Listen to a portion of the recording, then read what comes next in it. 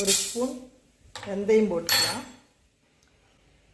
ஒரு டம்ளர் நிறையா பச்சரிசி போட்டுக்கலாம். 3/4 டம்ளர் உளுந்து பருப்பு போட்டுக்கலாம்.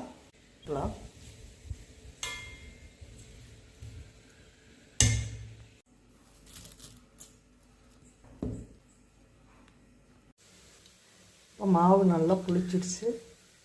சேர்க்குறேன். கொஞ்சம் லேசாக சூடாகிட்டு பெருங்காயம் போட்டுக்கலாம். மிளகு,